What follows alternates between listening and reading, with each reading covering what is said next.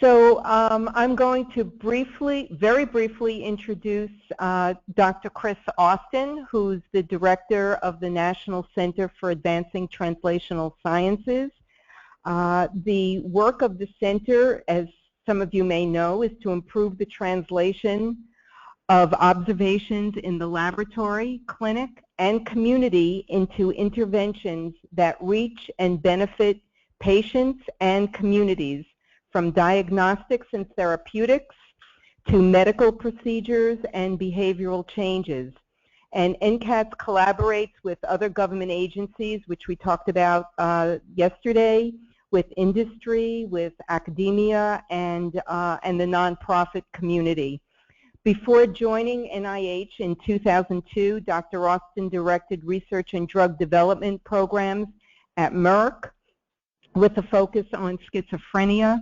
He earned his MD from Harvard, completed clinical training at Mass General, and a research fellowship in genetics at Harvard. So without further ado, I introduce Chris Austin. Well, thanks everybody, and I know I'm the last part of this conference, and you're probably eager to go and tired of sitting. So in the interest of not having any of you get DVTs, then already have them, I'm not going to go on too long. But this is a really important meeting for me every year. I've been coming to this meeting ever since I became director, and so I hope I've spoken to most of you before, or a lot of you before. So I dispensed with what I've told you before about my own background in community engaged research and why I think this is so critical to what NCATS does. And I'm just going to dive right into some examples of what we're doing. Some of these are things that you undoubtedly either know about or have been involved with yourselves. But so let's just dive in. So you heard Meryl talk about this. This is our official mission statement. We were it was handed to us when we took over a few years ago. And the thing I want to focus here on is some good and some bad. I mean, the innovative methods and technologies is a really important part. That is that we are all about how to do things better. But what doesn't appear in this mission statement is the full variety of interventions that we're interested in, including behavioral interventions, devices, et cetera, and the fact that we don't think our job is complete until these interventions have actually made it to the people who we intend them for. And so that led us to our definition of translation, which I'm glad to hear Meryl has either written down or has, I hope, committed to memory. This is like the Pledge of Allegiance for us. You know, we say this every morning when we come into work. This is our definition. The process of turning an observation that's made by a basic researcher in the lab, a doc in the clinic, or a public health worker, community health worker in the community, into an intervention which is shown to improve human health.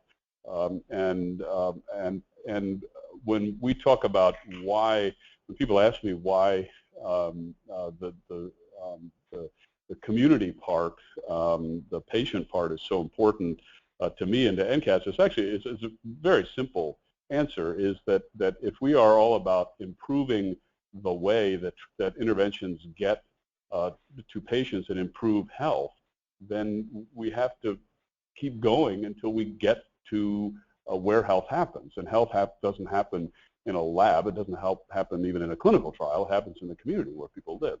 And so it's a very straightforward sort of issue for us. But I just want to reiterate that we are not the National Center for Translation. I mean, every institute and center at NIH does translation, at least part of it, given that diagnosis, given that definition I just gave you. Rather, we're about advancing translational science. So what is translational science? It's what I think you've been talking about for the last several days, the science of community engagement and community engaged research. It's the field investigation that strives to understand what the general principles are by which this process happens as a basis to do it better. This whole process, I think we're all familiar with from beginning to end, is almost painfully empirical, trial and error. And the only way we're going to solve that problem is by developing a strong scientific base from a scientific point of view and an organizational point of view. It's another thing that is I like about translation. It's a little different from other areas of science I've worked in. If for people who are interested in social science and how organizations work or don't work and incentives and things like that, translation is a great place to be. Okay, so all I'm going to do now, just for the next few minutes, is just rather than giving you a laundry list of programs or examples at NCATS, because they could go on for quite some hours, to just give you 3 examples of how engagement is happening at NCATS, and I particularly want to talk about a couple things you may not be aware of. So the first is in the preclinical domain. We feel very strongly that patients need to be involved in the translational process from the very beginning, and so we engage with patients in a variety of, or people with diseases in a variety of ways, essentially right after a gene is cloned, for instance, for a rare disease. And I'll tell you a bit about that. Some of the work we're doing in the Office of Rare Diseases, and then 2 examples from clinical innovation from the CTSA program. So this is a page from our website that you can go see. There's the URL up there in case you can't find it. This is a part of our preclinical innovation division, which operates via projects coming in from patient foundations. So all of these projects start not with a scientist proposing a project, but a patient or a mom or a dad or a patient foundation proposing a project. One of the people who did this, who actually showed up in my office about 5 years ago, is the woman in the top right. That was Lori Sames, and her daughter Hannah has a rare neurological disease called giant axonal neuropathy. And I think she's a great example of how this can work. When Hannah showed up, or when Lori showed up, she's a mom with no experience in science, no training in science, but boy, was she committed to this problem. And like the people that you deal with, these people are forces. And if you partner with these people, amazing things happen. So we went through with her what she needed to do in terms of getting a scientific advisory board that our scientists could work with, to develop a testing system to identify drugs that might work in Hannah's condition. And she's now, that foundation is now actually sponsored research in this division of NCATS as well to move that forward rapidly. And actually the person who does this work is this person here in the blue, Melissa.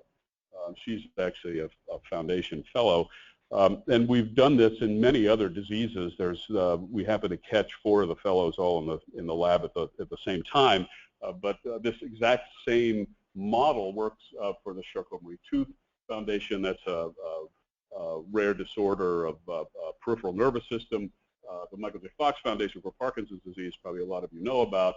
The Alpha-1 Foundation, Alpha-1 antitrypsin, which is a rare lung disease.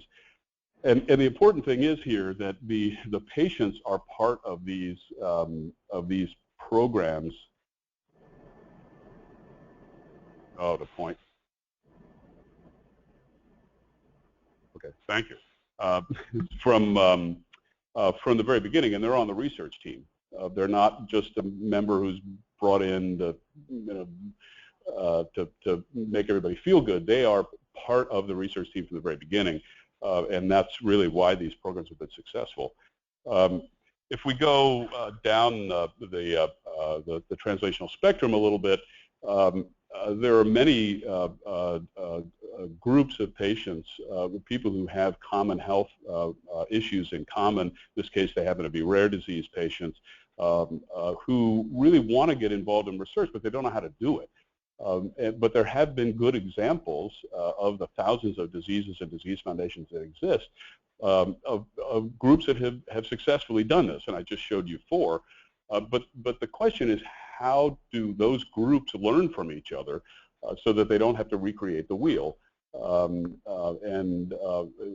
You're probably familiar with NCATS's 3Ds paradigm, that we develop new ways of doing some aspect of translation, demonstrating its utility in a use case and then disseminating it. In this case, a lot of these tools and technologies for patients to get involved in their own diseases have been developed by various people, so we don't have to develop them. They've actually, in individual cases, been shown to be reasonably useful, but they frequently are not disseminated in any way. They're sitting on a private web server someplace, and so another group comes along and has to reproduce it.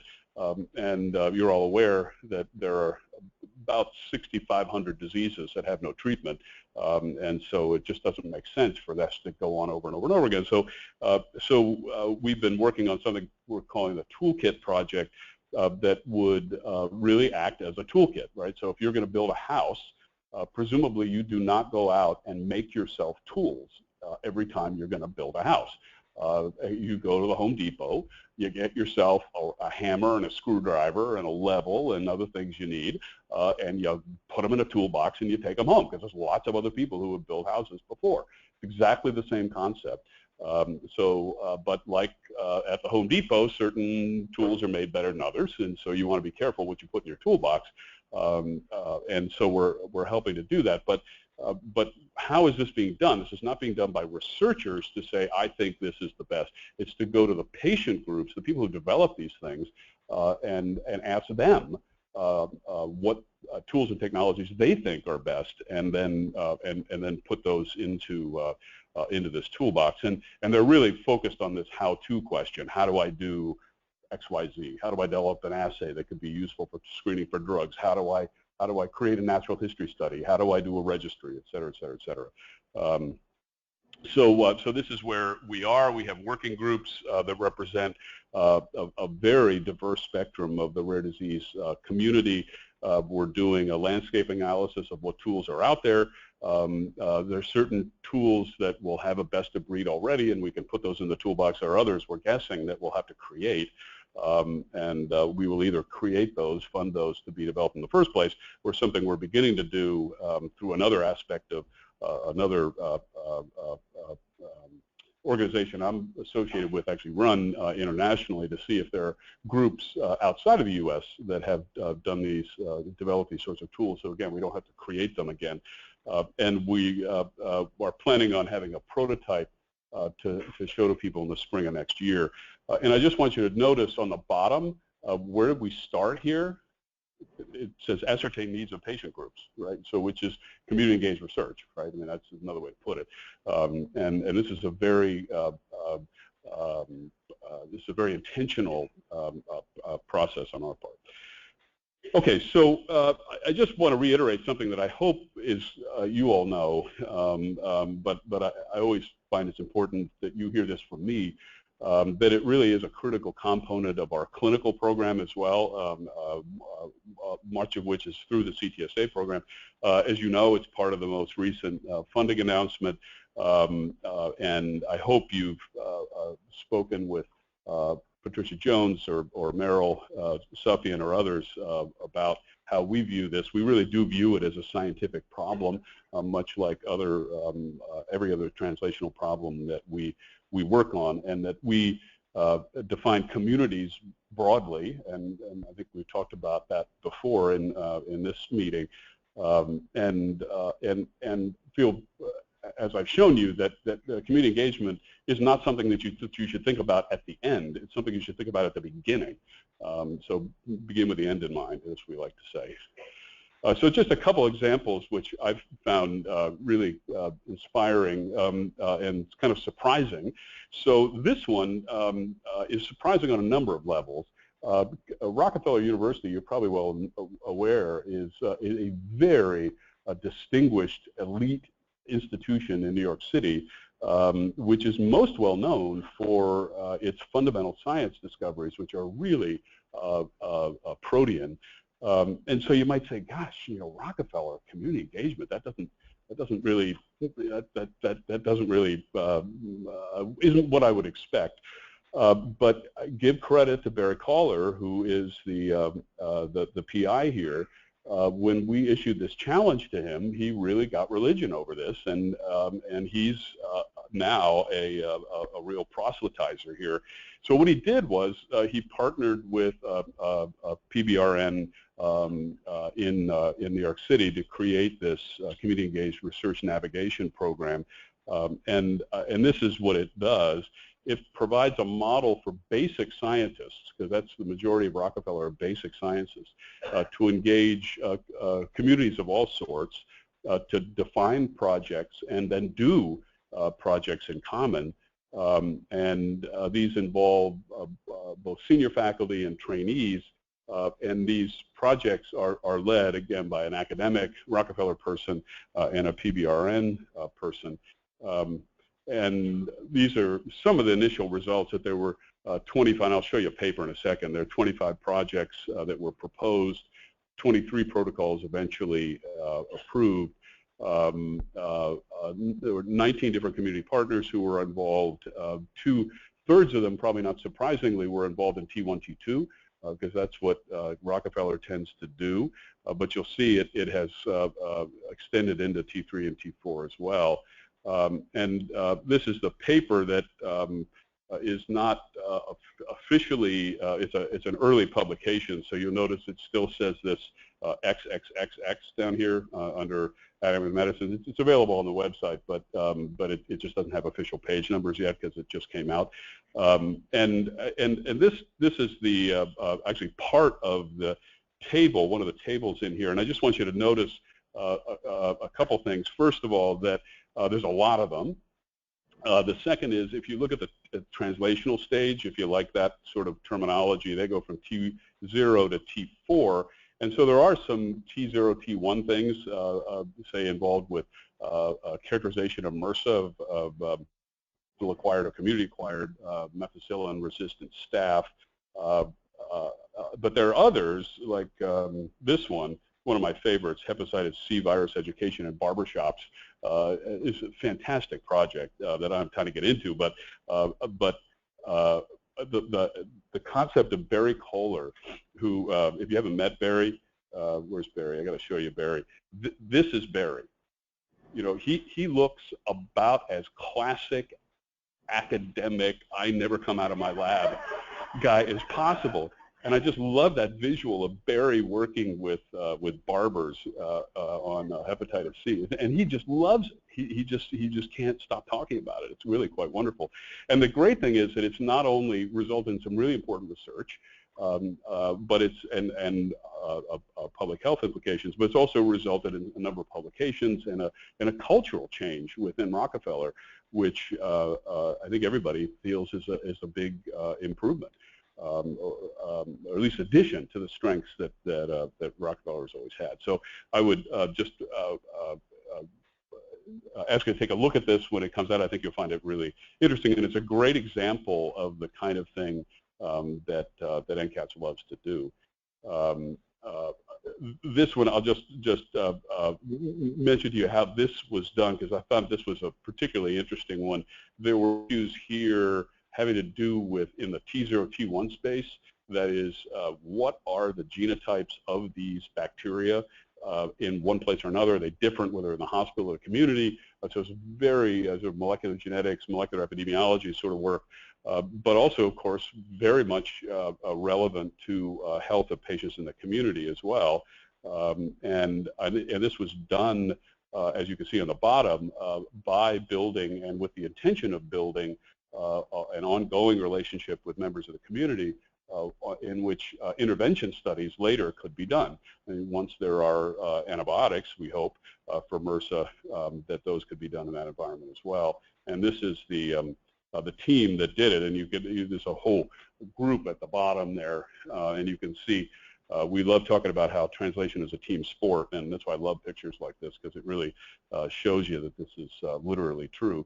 The last thing I just want to mention is something that I hope Consuelo's mentioned, because she's one of the people who's going to be very deeply involved in this, is this problem that we've been working on at NCATS for, well, shortly after I became director 4 years ago, that is to how to address this problem of recruitment in clinical studies. There's a lot of aspects of this, but you're all aware that even when we have interventions that we think might be helpful, we have a really dysfunctional system, a very inefficient system for testing those interventions and finding out whether interventions are safe and effective. So as we ramp up at NCATS and other places, some of the early intervention development projects, unless we simultaneously work on the distal end, how are we going to test these things are never going to reach patients. And so actually the majority of the effort at NCATS is focused on the clinical side. We view this as having two big buckets of problems. One is the informatics part. It's kind of a Match.com problem. Investigators can't find participants, and participants can't find studies or investigators. That is not a technical problem, in case you've wondered. It's taken us a while to figure that out and sort of wade through all the informatics gobbledygook that exists out there, but it's clearly not a technical problem. If you ask yourself, well, if you want to get tickets to a Bruce Springsteen concert, and I can say Bruce Springsteen, I said that at a meeting of postdocs not long ago, and people said, Bruce who? But so I gotta ask my daughters for a more relevant modern example. But anyway, so if you put those, this is a community engagement problem, right? I mean, you're trying to recruit people, right? For this case, for a concert, those things sell out in 5 minutes, right? So this is exactly the difference. It's not a technical problem. It's really a cultural problem, a sharing problem. But there's also a strategic problem that you're well aware of, that most people in this country, at least, are not interested in taking part in clinical trials for a variety of reasons, and particularly underrepresented groups who have traditionally been way underrepresented in clinical trials. And so this isn't just an informatics problem. It's a socio-cultural, economic incentive problem. And so we went out with an announcement a couple of years ago about these things that are going to be called recruitment innovation centers that will innovate not only in the informatics part, but also on the education outreach engagement part. And there's something which is coming down the pike, which you'll hear about later in the fall, that's tentatively called the Trial Innovation Network. Name may change, but its purpose will remain the same, a part of which is innovations in recruitment. So this is the purpose of the network, to optimize or improve the process of doing clinical trials from soup to nuts, really create what we've been calling a learning clinical trial system, or learning clinical study system, analogous to the learning healthcare system, so that trials can identify participants, recruit more quickly, retain them, finish on time and on budget. Think what that would be like, on time and on budget, and produce important data that really affects people's lives, and if I might be pejorative for a moment, not just affect the life of the investigator who is doing the study, which is all too often, in my view, been the main reason that some of these have been done. So this is, there are two, among other things, there are two new components of the network that were awarded just last month. One is a recruitment innovation center at Vanderbilt, Meharry, to test innovation strategies for engaging patients and recruiting. And then there's others, trial innovation centers, which are going to focus on other issues like coordinated IRB, reciprocal IRBs, subcontracting, these kinds of issues, which also bedevil clinical trials. And so these are the goals and objectives of the RIC, the Recruitment Innovation Center, to serve as a place where recruitment, education programs and best practices can be developed and disseminated to catalyze enrollment in clinical trials by developing novel approaches. What I started with in the first slide, the new tools and technologies to improve recruitment. Something we're really devoted to, which is a big problem, but you're going to be critical in, that is to directly attack the problem of the lack of national awareness of the importance of research through a variety of approaches. And that's perhaps a topic we could talk about at next year's meeting, because I have all sorts of thoughts about that as well. And then, of course, conducting studies on methods that will enhance recruitment efficacy and efficiency in clinical trials. One of the things that is sort of a bedrock of this program is something that you're well aware of, that is the importance of engagement of the people who you hope to benefit from the intervention from the very beginning.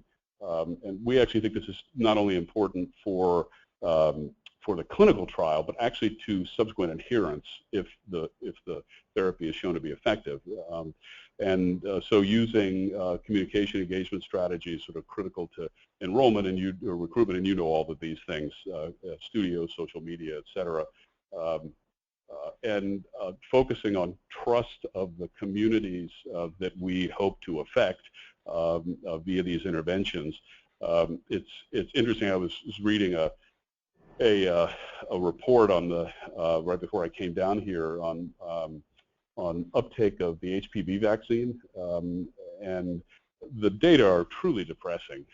Actually, you're probably well aware that the efficacy of this vaccine is really quite impressive at preventing cervical cancer, and yet there's very poor uptake in many communities. And when asked why, it was said the two big reasons were that this was simply a gambit to have pharmaceutical companies make more money, and that the safety and efficacy of these vaccines can't be trusted.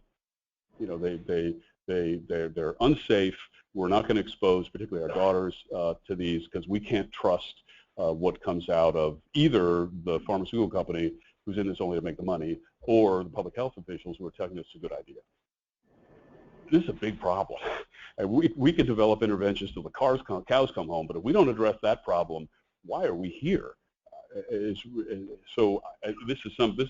Well, I don't need to tell you this is a big problem, but it's something that we're really committed to addressing. So lastly, I want to show you this, because I don't know if I showed you this last year. We have what one does in any organization, and I'm sure you do this as well. You sit around for seemingly hours trying to come up with a logo or a sort of figure that explains what you do.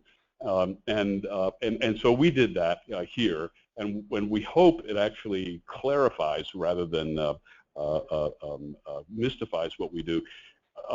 And this, to us, talks about the translational spectrum. So first of all, when we did this, we decided on purpose to get away from the T1, T2, T3, T4, because if you have a definition that then you got to, if you tell somebody that, you got to define the definition of the thing that you just used, then it's not a term that's self-evident. So we wanted to use, instead of those, we wanted to use basic research, preclinical research, clinical research, implementation, public health. Those are the five, T0 to T4. And then we made it clear that though we tend to think of this as a linear process, of course it's not a linear process. One can jump and needs to try to jump from one to the next, and it's not a unidirectional process. It just doesn't go from left to right. This is a process that can go clockwise or counterclockwise, and sometimes when I try to explain this, I often bring up John Snow and the water pump. If you know that, hope you know that story. One of the original examples of a reverse translation, if you want to think of it that way. And then we put our 3Ds around the outside of developing new approaches, to demonstrating the useful, to demonstrating the findings. Perhaps the most important part of this the most startling part of it for a lot of folks is this part in the middle. We're pretty unabashed about this, that our constituents are the patients, full stop. And everything we do is focused on what's going to benefit them, and very seriously in all of our programs, as I've tried to show you. We actually, you would love this too, we actually worked for quite a while on what the right word is for this. And if you can help us with this, this would be great. You know, we thought about community, but that's not quite right, because it's not always, how do you define a community? You know, it's not, patient isn't quite right, because there are people who aren't patients yet. And then we thought about participants, but that didn't sound right. Then we thought about people, and that didn't sound right. Then we thought about citizens, and then we thought, well, if you're not a citizen, you know, and then we just gave up and said patients. But so maybe we're stuck with it. But the point is that this is very intentional, that the patients are right in the middle, and the scientists and the programs revolve around the patients, not the other way around. And that's critical message. So that's all I have to say this morning. I think we're out of time. I'd be glad to take any questions, but I also would understand if you are tired of sitting for the last 3 days. So thank you.